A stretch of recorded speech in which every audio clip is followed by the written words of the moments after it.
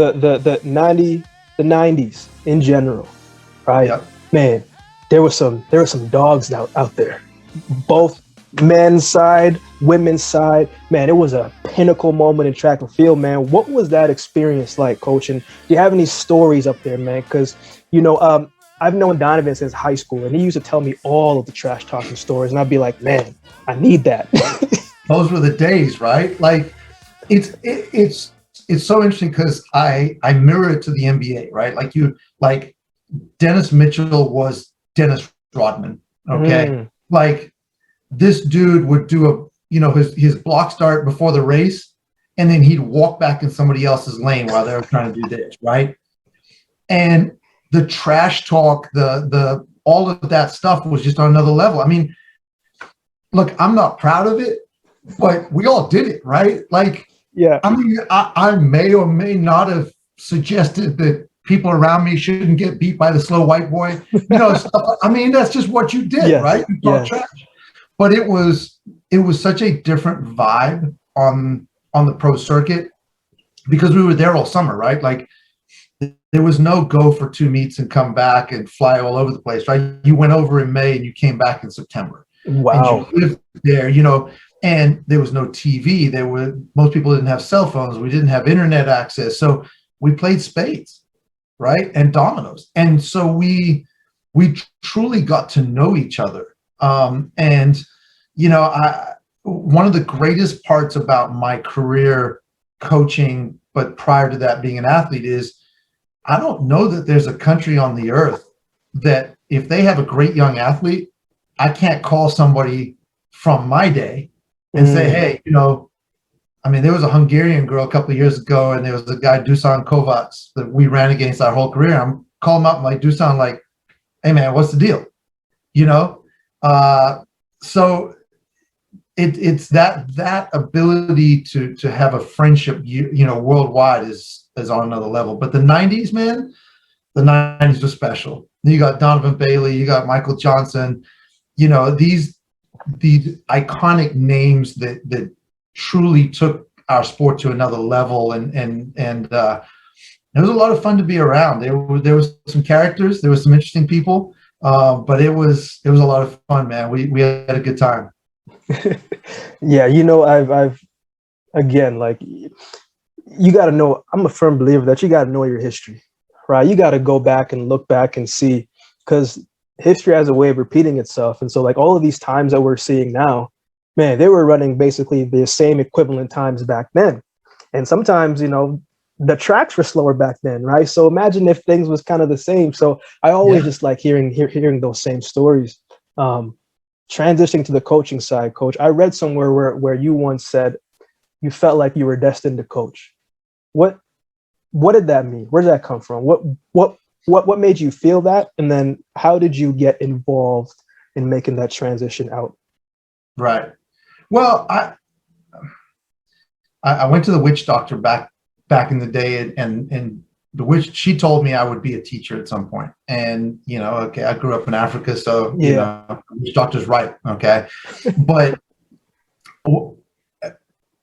it was difficult for me to get into coaching. I didn't want to do it. Right. I thought I was going to run track for forever, and be done after that. And so when I tore my Achilles in 2000 before the Olympics, I'd been volunteer coaching, and my old coach, Terry Long, was about to retire, and he kept telling me, he's like, I think you'd be a good coach. You need to do this more. And so I started being more active in it, and, got to the point where I was a volunteer coach, but I was coaching the men's sprints, right? I wrote all the workouts. I showed up Monday morning. I said, hey, coach, this is what I'm thinking this week. And, just like a high school English paper, he'd sit there with some red marker and be like, hey, I like this. I like this. I don't like this. I don't like this, So I got to learn on the job, which was awesome. And then, Brian Zingai was, I brought him in because I had a relationship with his high school coach. And so I got to start being part of the recruiting. And then when he retired and the new guy took over, literally no one would take the job. It was $27,000 a year. And they tried to get everybody in the country. No one would take it. And finally, school had been going for a month, and they finally were like, okay, it's yours. You know, they didn't want to give it to me. And so I sort of got there by default. You know, my injury caused me to be a coach, basically. And maybe God was sending me a message, right? You know, I think I'm a better coach than I was an athlete. You know, there's times when I go up to Coach Long, because I still hang out with him. He's still my mentor. And I'm like, you know, I really apologize for being who I was as an athlete, because, man, I feel sorry for you. You know what I'm saying? Yeah. So you learn from those things. But yeah, I don't know. It's what I was meant to do. I enjoy the young people. I truly believe that giving that opportunity is an important thing. Sometimes I think winning gets in the way of the opportunities, but you do what you do, and you hope that you bring some perspective to young people's lives, and give them a chance at the next level, right? And you know, it's something we talk about a lot. I think if you talk to, whether it's Brian or, you know, Walter Dix or whoever it is, right, that I've coached, the conversations were always beyond track and field. They were always, how can I help you be successful in the rest of your life? You know, how can we talk about, you're going to be 21 years old, you're going to graduate college, you're going to go be a pro athlete, and let's say you do that for 5 years. Well, now you can't be 5 years down the road and financially not be better off than you were when you came out of college, right? We have to have a plan here. You cannot spend all your money on a car and a watch and going on vacations and doing those things. Like, real estate has always been a big thing for me, because it's the one true measure of wealth, right? Because it goes where the economy goes. So most of my athletes own houses, right? And most pro athletes don't. They rent wherever they are and they bounce around. And so we talk about those things, and I think that's really important. You wear many hats, right? I think sometimes people look from the outside looking in, they see coach and they think that's all you do. But again, it's mentorship. It's sometimes you got to be a friend. Sometimes you got to be all these different things. And you're a person that's very personable. You've always been relatable. How do you bridge the gap between, okay, I need you to be like, I have expectations for you, but knowing when to balance that out of, okay, it's your first year, there's probably a lot of pressure on your back. Here's what we got to do. How do you balance that out? Because I think so many times it's, you're an athlete, I need you to do this. That's what we're going to do, and forget about the whole intricacy of the entirety of the athlete. How do you balance that out, Coach? How do you do that? Well, I think we talk about a long-term plan, right? You know, I think for a young person in this day and age, it's very easy to look at today, this week, this month, right? It's September 25th. Do I really need to train hard this week? Is it going to make a difference, right? Do I need to go to bed early? Do I need to eat right? Do I need to do the little things, right? So showing them the long-term plan, right? You know, I'm a firm believer that athletes need to see a progression in their career. There's a lot of coaches that would prefer to see that kid improve 90% their first year and stay there for the rest of their career. And for me, I think that's a difficult thing for an athlete to deal with. I know when I got stagnant and couldn't make a breakthrough, that was very difficult for me. So we talk about a 4-year plan. We talk about a 4-year plus plan, right? Where, all right, this is what our plan is in college, but how does that set us up for the post-college career? How do we get to a pro contract? How do we make an Olympic team? How do we get a job, right? What are we going to do to do those things? And, you know, I always said that if you wanted to turn pro early, I was fine with that. But if you wanted to stay and train while you turn pro early, you had to be pursuing your degree, even if it was one class at a time. Because I can't have you just being an athlete, right? It's not enough. So I think when you give a young person, you give an athlete a plan, a long-term plan, something they can see, then I think you have a chance to reach them on that other level. You know, Coach, you have a stable of athletes that you've coached and still coaching now. You know, when we first connected, you know, Walter Dix was one of those guys, Maurice Mitchell, Mhm. Darius Luck, Marvin Bracey, Kendall Wood. The list just goes on and on and on and on. But people always ask me to ask you about Walter Dix. And so Special dude. what was that like, Coach? Because again, sometimes you have those athletes that come along and again, you've had a bunch of them, right? How do you know when they're special? Like Yeah. Oh yeah. What does that look like for you? And how did you go about, again, coaching him?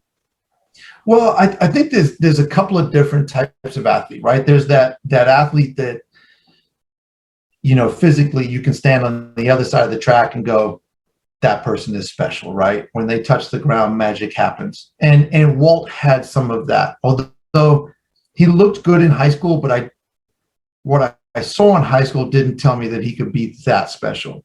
Now, 2 months into our first fall training, we do an inter squad meet. That day, everybody on that track knew, right? It was He was special, right? And we had special people on the track. I mean, Brian Zingai was out there, right? He ended up 4th at the Olympics.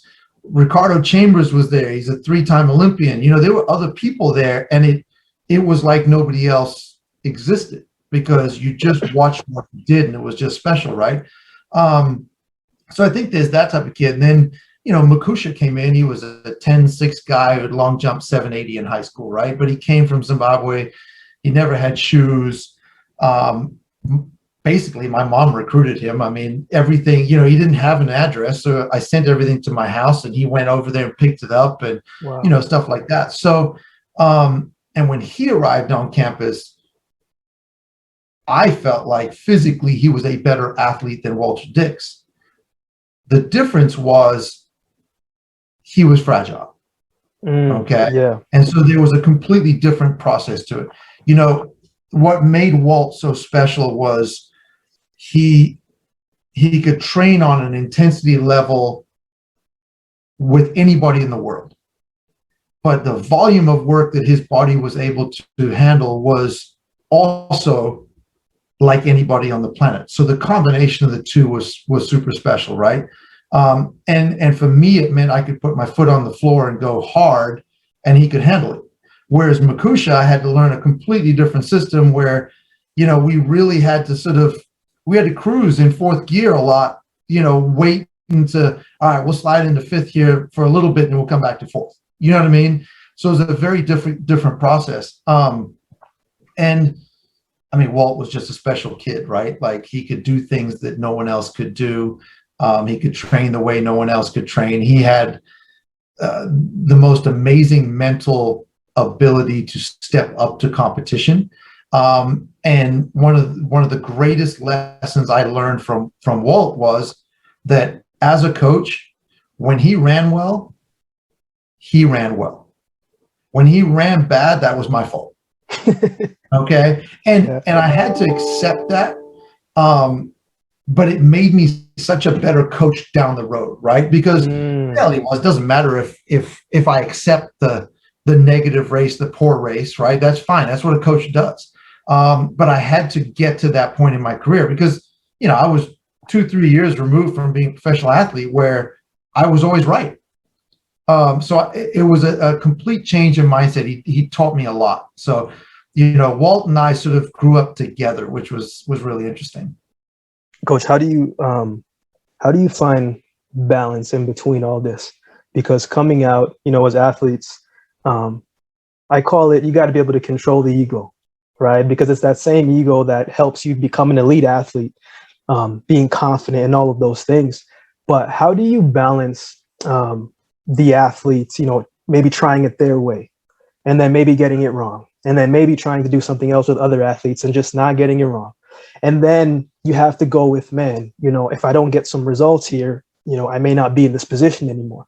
And then you have to go in, okay, how much time am I giving to the track and how much am I neglecting my family, right? So it's this big juggling act. And I think I think balancing is hard, but I don't think it's really talked about too much because, they say if you want to be great at anything, you have to just be solely focused on one thing, but everything always comes with a cost, right? So Yeah, no question. As a man, a coach, a husband, a father, how do you balance all that and make it work? Yeah, it's truly difficult, right? I think you try to pour as much of yourself into everything as you can. And it's like taking a gallon jug and you got 5 cups, right? How do you spread it out?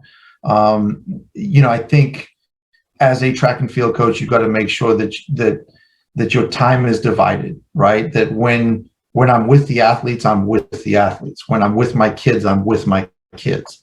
When and if I get a vacation, I'm turning my phone and my computer off and I'm going on vacation.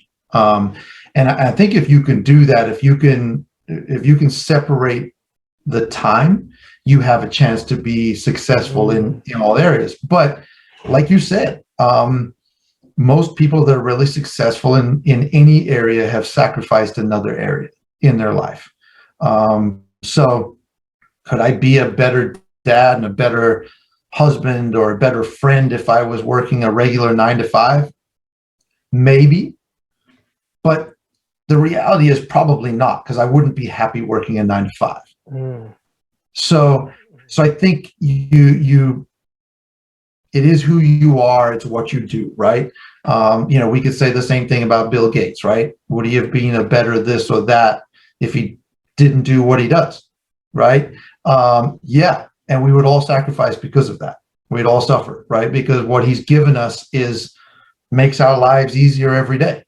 The days when I was recruiting you, I'd go to the office and make a phone call up to Canada, right? I didn't have a cell phone that had international service. And if I called you on my cell phone, certainly the school wasn't paying me back. So, I'm going back and forth to the office, right? Yeah. So, hey, I'm way ahead of that now. I can call you from anywhere. So I think, you do the things you do in life to make it work, but it is a difficult balance.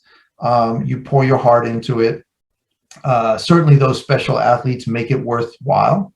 And the ones that trouble you they trouble you, right? Like it's just what it is. I've had a couple that, I feel like we could have been better and we didn't hit it, right? And not because they did anything wrong or not because I did anything wrong. We didn't get it together. And those ones are the disappointing ones, right? But wins and losses, that's what life's all about. Coach, you've had some pretty special teams over the years. What were your top 3 favorite moments, right? Because I remember the one, I forgot, I think I was I don't remember where I was, but it was the year where I want to say it was Brandon, Byron, maybe Markusha, and they fumbled the baton. Yeah. And then 2011 NCAA Championships. It was actually Kamar Hyman. Yes. Heading off to Markusha, right? And then Maurice ran 3rd and Byron ran 4th. And the amazing part about that relay team was that Kamar was a 10-6 guy in high school. Markusha was a 10-6 guy in high school. Brandon Byron walked on at Florida State, right? He'd run like 21.5. Okay. Maurice was out of Missouri and he'd run 10:37 and like 20:90 something, but he was, he wasn't that superstar high school kid, right? There were 4 men that came in, and there was this legacy from Brian Zingai and Walter Dix, and it was, this is what we do, right? And Kamar was a 10-2 guy that year. It was his first year at Florida State. He'd run at a D2 school for a couple of years and was like, he was decent. He was 10.46 or 10.48 or something like that. But he was coming into his own at the end of the year. We were starting to see some things that, like, all right, this guy's going to be really good. And he ran 9.95 the next year. Okay. Yeah. But that particular day, he probably had the greatest leadoff leg I've ever seen. I mean, he made up the whole stagger on Texas in the first 90 meters, and he just ran up on Ngoni, right? And, the stick goes up in the air. How Kamar caught it, I don't know. He caught it before it hit the ground, and he hands off 4x4 style. And we've gone from we're 3 meters in the lead to we're 3 meters behind. And then Markusha does this like miracle act down the backstretch. All of a sudden we're back in the mix, right? And no one's talking about us because we fumbled the stick and we can't be in the race anymore. And then all of a sudden, like, you know, Maurice goes around the corner and we're in a pretty good spot. And, you know, Brandon was a great 200-meter guy, but he wasn't a great 100 guy. So, you know, his mark with Maurice was like 38 feet. Yeah. I mean, it was like, we're going to get you the stick with 2 meters to go in the exchange zone and hope like heck it gets handled. But once he got the stick, man, he was pretty special for a white kid, you know, like for he any was kid, moving. he was rolling. And man, that's probably the one day where I wish it gone right, because I thought we could run 37. I really did. Yeah. And it was special. I mean, we ran 38.7 and we dropped the stick. Yeah. So it was a special day, but that was pretty cool. You know, Kendall Williams won World Juniors, and he beat Trayvon Bromell in the process. That was a pretty special day for me. You know, to have a young man that did that on that stage, that was really cool. And then probably my favorite moment in coaching is Brian Zingai getting fourth in Beijing, because, you know, for me, you know, Brian was just this kid. He came to the States on a partial academic scholarship. He's 5'5" on a good day. You know, he wasn't that special, right? He wasn't a 10 flat 100 guy that was willing to move up. He was just a guy that worked hard. And he was truly the catalyst for what Florida State sprints became and what it is, right? Because he came in, he worked harder than everybody else, not on the track, not just in the weight room, not just in the classroom, but everywhere. He was the guy. And because of that, the standard was set. So seeing Brian fulfill that and go to the Olympic Games as a young Zimbabwean kid and get fourth was easily the most special moment for me. So. Home field advantage as well too. Yeah, it was. I mean, it's just special, right? Like just awesome. And you know, he's from my country. He's a kid that did it the way I did it. You know, and there are other guys that, I mean, Makusha came after him, and you know, Makusha broke the collegiate record in the 100. Walt broke the collegiate record in the 200. We ran 2:59 in the 4x4. We've done all those things, and they were all special moments. But that one was up there. Coach, last question before we get into the last fun five. Yeah. But for the up and coming coach who has aspirations to get to that Division I level or that Division II or that Division III level, what is one advice that you would give to them? I think consider the process, right?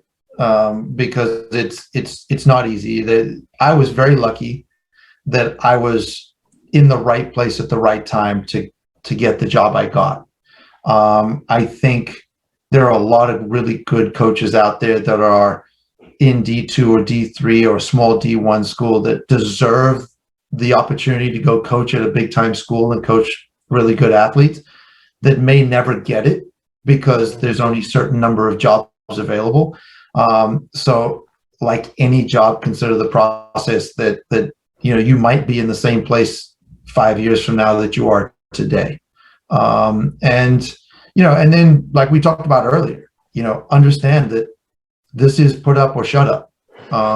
You know, get it done or don't.